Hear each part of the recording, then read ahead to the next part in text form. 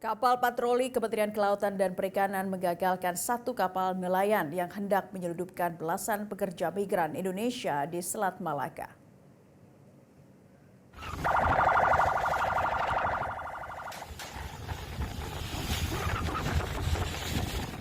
Dalam video penangkapan, petugas sempat memberikan tembakan peringatan berulang kali terhadap kapal yang mencoba kabur.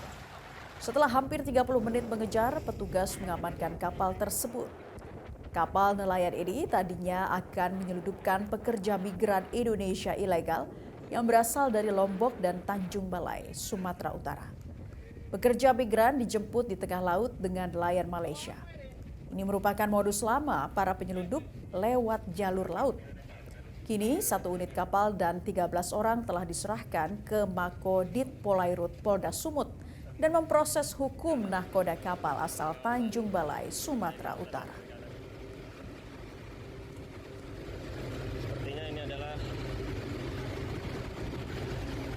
bawa ke dalam. Jelajahi cara baru mendapatkan informasi. Download Metro TV Extend sekarang.